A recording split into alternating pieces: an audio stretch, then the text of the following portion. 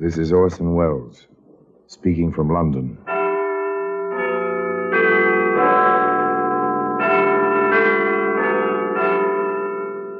The Black Museum, a repository of death. Yes, here in the grim stone structure on the Thames, which houses Scotland Yard, is a warehouse of homicide, where everyday objects, a man's necktie, a woman's glove, a boy's school cap, all are touched by murder.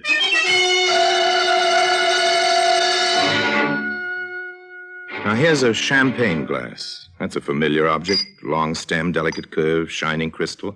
This fragile object belongs to New Year's Eve, to weddings and to anniversaries. Funny about things like this, Sergeant?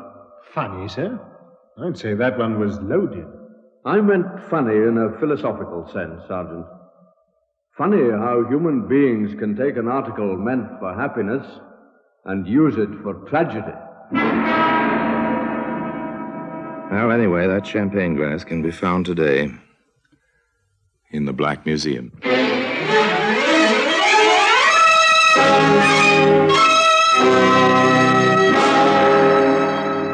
From the annals of the Criminal Investigation Department of the London Police, we bring you the dramatic stories of the crimes recorded by the objects in Scotland Yard's Gallery of Death, the Black Museum.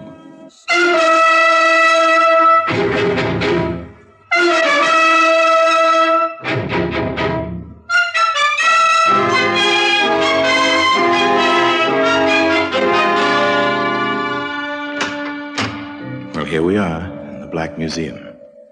Scotland Yard's Museum of Murder. This place echoes with violent death. Voices are hollow here, whether the hollowness is caused by the high-vaulted ceilings or by the reaction of the human mind to the atmosphere of this room.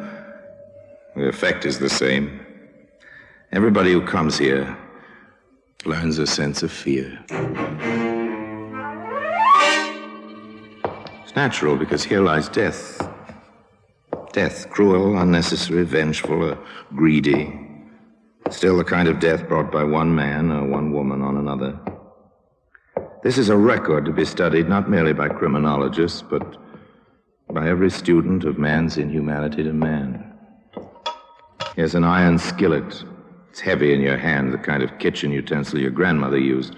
Well balanced, quite suitable for frying eggs or veal chops, or for bashing a skull, perhaps. There's little doubt as to the use which brought this particular skillet here. Yes. And here's the champagne glass. It's well designed, graceful. You could place it with a companion on a silver tray, as Colonel Harry Reid did. You could pop a cork and then fill the glasses, as Colonel Harry Reid did. And you might say, as the dapper colonel did, To you, my dear Elizabeth, to your return and your complete recovery. I wish I could drink to that wholeheartedly, Harry. Really, I do. Well, why not, my dear? You've been released. You're... That's it exactly. I've been released. Not merely sent home from a hospital, so to speak. After all, the hospital I was in had bars on the windows. Oh, I insist, my dear, that you touch glasses with me and drink at once. That's no way to talk. But, Harry, Ah, then no buts, Elizabeth. Many people have had nervous breakdowns, and the vast majority of them have recovered. Very well, Harry, dear. But not to me, to you, the most patient of husbands in the world. So they drank the champagne, and all was well. It was very pleasant, very relaxing, reassuring. But the world is always too much with us, and the colonel finally had to say, You rest until dinner, Elizabeth. I have a brief appointment with my solicitor, Davis. You remember him? Must you, dear, tonight? Well, it's at his request. I won't be long. And the colonel kissed his wife, and the colonel went off to his appointment. It's 6 months now, Reed. One way or the other, the matter ought to be settled. I assure you, Davis, there's nothing to worry about. These things take time. There's been plenty of time. Look, Reed, if you don't want to complete the deal, return the £500. But it's not up to me. My client... Your client indicated willingness to dispose of the property. My client paid the deposit in good faith. We consider it a binder on the contract. We've waited 6 months. Your £500 is quite safe, Davis. You can reassure your client. And on my side, we'll go through with the deal as soon as everything is clear. Well, I certainly hope so. My people want to take possession. And they shall. They shall indeed. And soon. Meanwhile, there's no reason for misunderstanding between us, is there? After all, we live in the same small town. We see each other constantly. You know, John, I've often wondered why we don't see more of each other. Oh, socially, that is. Rather a changeable fellow, the Colonel, isn't he? There were other changes ahead, more serious ones. They first came to somewhat public notice the night our Colonel called Dr. Ashley to his home.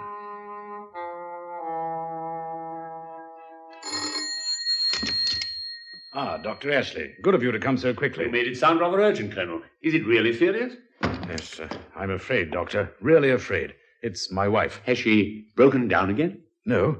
She complains of terrible pain in her abdomen. I'd better see her at once. Yeah, this way, please. If you can, Doctor. Yes?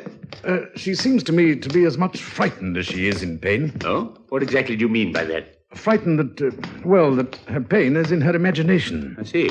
Oh, very well. I'll bear that in mind, Colonel. In here.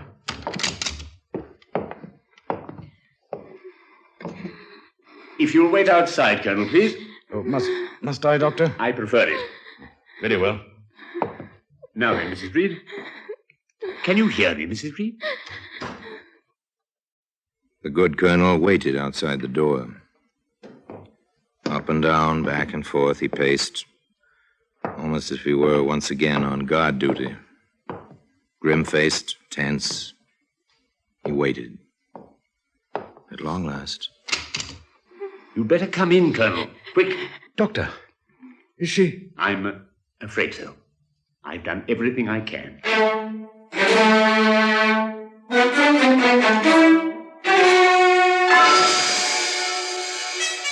A few moments later, Elizabeth Reed was at rest. At last. Tears streamed down the Colonel's cheeks, but he was silent. There seemed nothing to say. The doctor led him away and told him gently, It was acute gastritis. And her heart. You'll want the minister, I assume, and the mortician. I'll send the certificate over. Natural causes.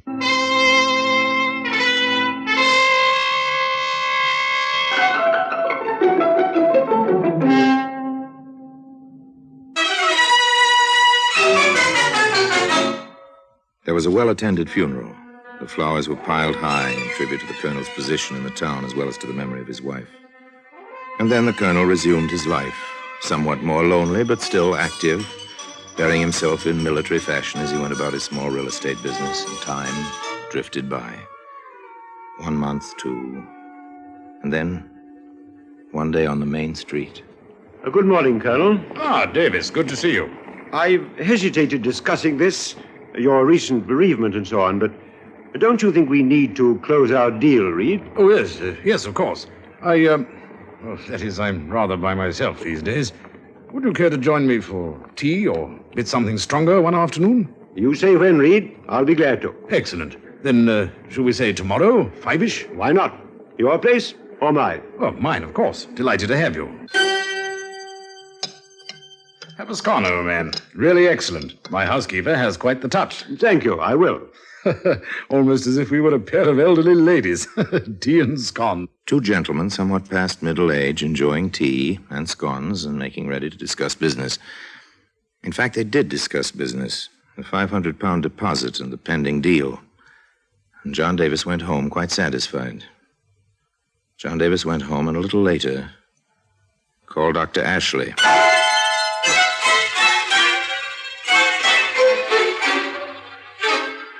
I can't understand it, Doctor. My stomach's like cast iron. Always has been. Now, suddenly, this. None of us are quite as young as we used to be. Even cast iron can wear thin with youth. Eat anything out of the ordinary, John? Today? Yesterday? No, nothing. Had some scones for tea. The butter may have been a bit rancid, but tasted perfectly fresh. Over at Colonel Reed's. Eh? Reed? Yes, that's why. We had a little business to discuss. He asked me over. Seems quite lonely since his wife passed on, so I went, mostly to keep him company. Oh, nice of you. Well, just take the prescription I'm leaving you. Rest a day or two. You'll be all right. What's wrong, Doctor? Oh, nothing. Just a quirk of memory. Oh? How so? Your symptoms and Mrs. Reed's rather the same. Nothing serious about it, just odd that we should have two similar cases in such close juxtaposition. A town like this, a doctor gets to know most of the illness. As the doctor said, nothing serious. Just an interesting coincidence. And in a day or so, John Davis was up and about. Aside from a slight tenderness in his abdomen, he felt no after effects. All was well. All was quiet. Everyone was his courteous self, including Colonel Reed. Well, now, candy. And from the Colonel. How decent of him. Here it is, Doctor. The same wrappings it came in. Nice-looking box. Don't you care for candy, John? You haven't eaten much. As a matter of fact, I don't. I did offer a piece to the charwoman at the office. You see, one's missing. The charwoman, eh? Is that the way you treat a gift? With the hope you are sufficiently recovered to enjoy this, Harry Reed. Rather decent of him. That's what I thought, until the charwoman was taken with pains and reaching an hour after she ate the candy. Are you suggesting anything, John? That would be slanderous at this stage, wouldn't it? There's nothing to it, John. There couldn't be. The Colonel's... Well, I inquired at the probate office. He did rather well following his wife's death and her will, you know. He never had any money of his own to speak of. Former military men rarely do. Yes, it might be interesting. I've done practically no laboratory work of my own for some time, but I have a little equipment. Shall I try my hand at a bit of chemical analysis, John? I'm curious about the contents of that box of candy. You seem to be as well as I.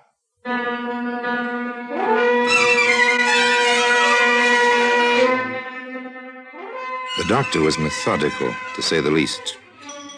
He took his time setting up his equipment, preparing reagents, making ready for his private little tests. Meanwhile, John Davis ran into his friend the Colonel on the street. John, good to see you. How are you, Harry? You're looking fit. Well, I try to keep that way. Well, care to join me for another attack of indigestion, old man? Well, today, the champagne glass we've been talking about can be seen, as you might expect, among the other exhibits in the Black Museum.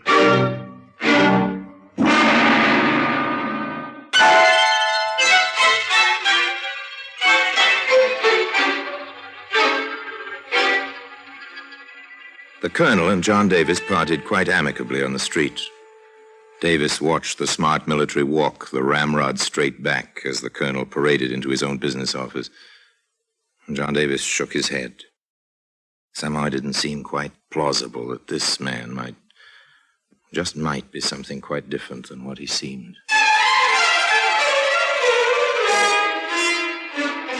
The next afternoon, the telephone rang in John Davis's office.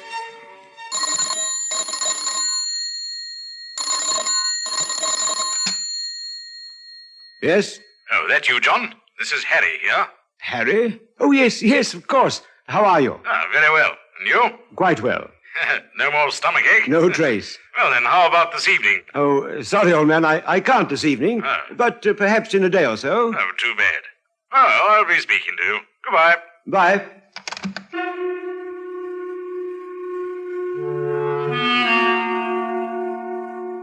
That evening, Davis had a previous appointment with Dr. Ashley in his makeshift laboratory.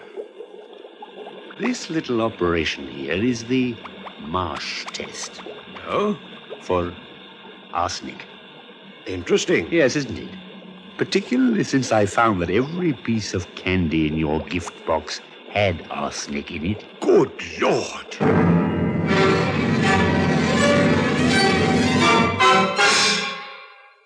Arsenic, you see, is a cumulative poison. A person may have a tolerance for quite a large amount of it, but it usually fails to pass through the human system. It accumulates, and bit by bit, the fatal dose is built up until one day the victim dies.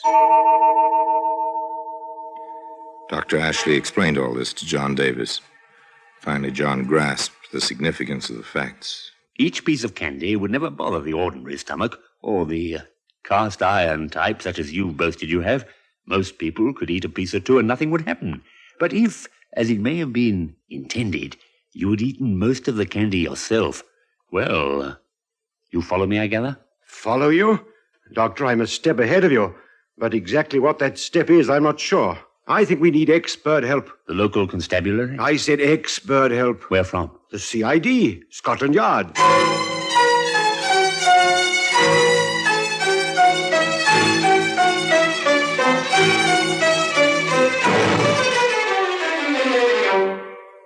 It was a clear, cogent letter reciting the situation as Dr. Ashley and John Davis knew it. It was addressed to the Home Secretary, the gentleman in the British government responsible for the police force in general. In due course, the letter reached the desk of Inspector Charles in Scotland Yard. Following the set routine, Inspector Charles showed the communication to his immediate assistant, Detective Sergeant Hatch. Well, nothing else for it. You and I will have to take a small trip to the country. Frankly, I won't mind. I can use a touch of country air after all. They came into the quiet town unobtrusively. Two men on a walking tour, vacationists. They put up at the inn. Toward sundown, they strolled about the town, quite casually. They turned in at the gate with its little sign announcing that Dr. Ashley had his dispensary there. Once, however, within the doctor's office. Now then, Doctor, perhaps you'd let Sergeant Hatch and I have it from the beginning. Well, my entrance into the situation came shortly after Mrs. Reed returned from the sanitarium. She'd been ill? Mentally ill. Nervous breakdown? Rather more than that. She'd been certified insane. She was discharged as being quite stable once again. And you were called in? In my professional capacity. I found her past help.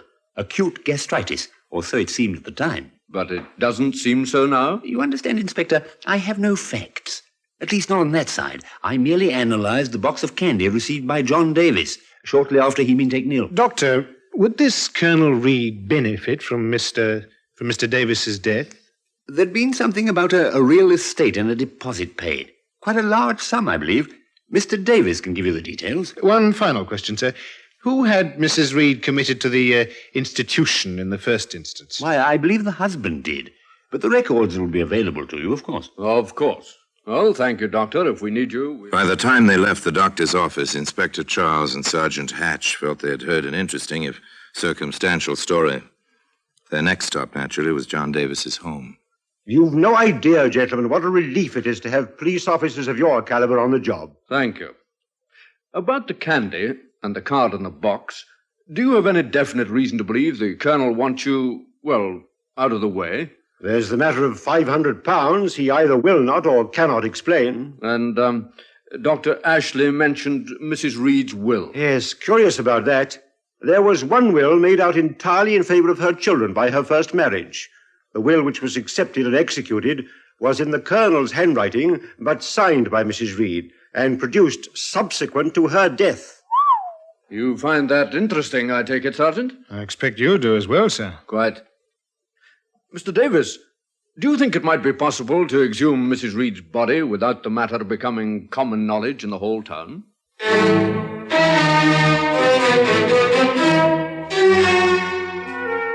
The men from Scotland Yard accomplished the almost impossible. Armed with the proper papers, plus tools and dark lanterns, they supervised the removal of the body at night, with no one the wiser except the necessary officials. This feat completed, they waited quite patiently. The government analyst was called in. The report was brief. Inspector Charles read it to Dr. Ashley. Examination reveals the presence of 4 grains of arsenic, more than a fatal dose, and the largest amount of the poison I have ever found in human remains. Well, that's it, Doctor.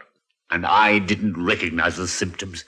Acute gastritis, I call it. Why should you have recognized them, sir? I dare say murder of any kind is hardly a common occurrence in your practice. Well, Sergeant, since our warrant is all in order, it begins to appear that a search of Colonel Reed's premises may be next on the agenda.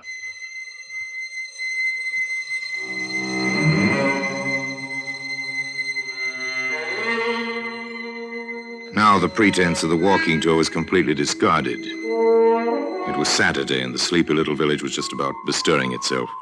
The inspector and the sergeant walked a short distance from the inn to Colonel Reed's place of business, almost directly opposite Davis's office. The sergeant tried the door. Not locked, sir. A locked door in these parts would arouse more suspicion than not. Let's go in, shall we?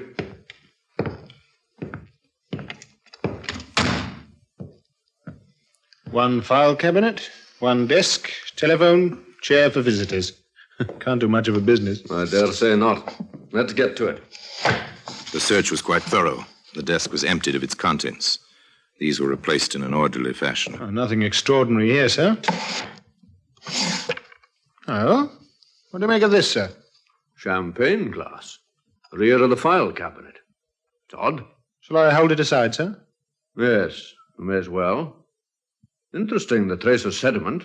Apparently it was never washed after it was used the last time. Anything else in there, Sergeant? Oh, what's going on in here? Colonel Reed? Yes. More to the point for you to identify yourselves and your business here, if any. Inspector Charles, CID. My identity card. This is Sergeant Hatch. I see. I assume you have a warrant for this search. We do. Right here, Colonel. Oh, very well. Go on with your work. May I ask why you were keeping the champagne glass in the file cabinet? A memento to my poor wife. We drank from it. Oh, that is, she did, about a week before she passed away. A nice gesture, if I may say so. And still with a trace of the sediment at the bottom. Careful, sir. It'd be a pity to have the glass break after all this time. Oh, sorry. Awkward of me to brush against it like that. Yes, wasn't it? All right, Sergeant, you can open the desk drawer the Colonel just closed and see what he put in it. But you said you'd finished. Your pardon, Colonel. I've had quite enough of this. These paper packets weren't in here a few minutes ago, Inspector. How many? Look here, I wouldn't have 20 of them, sir. I'll take one. Thank you. White powder. Well, This wouldn't be arsenic, would it, Colonel? it not only would be, it is. Really? Well, as you can see, I'm wearing my gardening coat. Ordinarily, I do not come into the office on Saturday, but something came up. I've been planning an experiment in my garden, hence the arsenic. A gardening experiment? With 20 packets of arsenic? Yes. My lawn is plagued with dandelions, roughly 24 of them. I plan to drill a small hole at the root of each weed, pour in the arsenic in each of those packets, and kill each dandelion individually, rather than take the chance of ruining the whole lawn. Sorry, Colonel, it's a good story, but rather far-fetched. Particularly since you tried to rid yourself of the packets before we searched your person. And particularly since the charge pending is willful murder of your wife by arsenical poisoning. But this is ridiculous. Someone is... Sergeant! Keep that champagne glass safe before Colonel Reed succeeds in smashing it. Yes, sir. Colonel Reed, you are under arrest. The charge is murder. I must warn you that anything you may say... I will not stand. Hold it, Sergeant. I'll be acquitted. You'll see, and then I'll have to leave here. A trial? That'll be quite enough, Colonel. You have made several mistakes, not the least of which was your attempt on John Davis, and your preservation of this glass. A sentimental gesture, but rather silly. My bet is the sediment in it will turn out to be arsenic. You must have been very sure of yourself, Colonel, to leave this glass unwashed. Very sure of yourself indeed. Bring him along, Sergeant. I think he'll come quietly now. And today, that champagne glass can be seen in the Black Museum. Orson Welles will be back with you in just a moment. There was no doubt about one facet of Colonel Reed's character. He was a man of great pride. His behavior at the trial was exemplary, his bearing military. He repeated his story of the separate packets of arsenic for separate dandelions, and he sounded as if he'd made a good case of it, at least for himself, but not, as it turned out, for the jury. Colonel Reed accepted his sentence as if it were an order from a superior officer.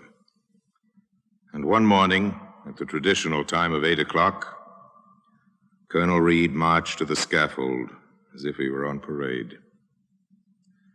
And as for the champagne glass, well, it remains in its customary place, as I told you, in Scotland Yard. Now, until we meet next time, in the same place, and I tell you another story about the Black Museum, I remain, as always, obediently yours.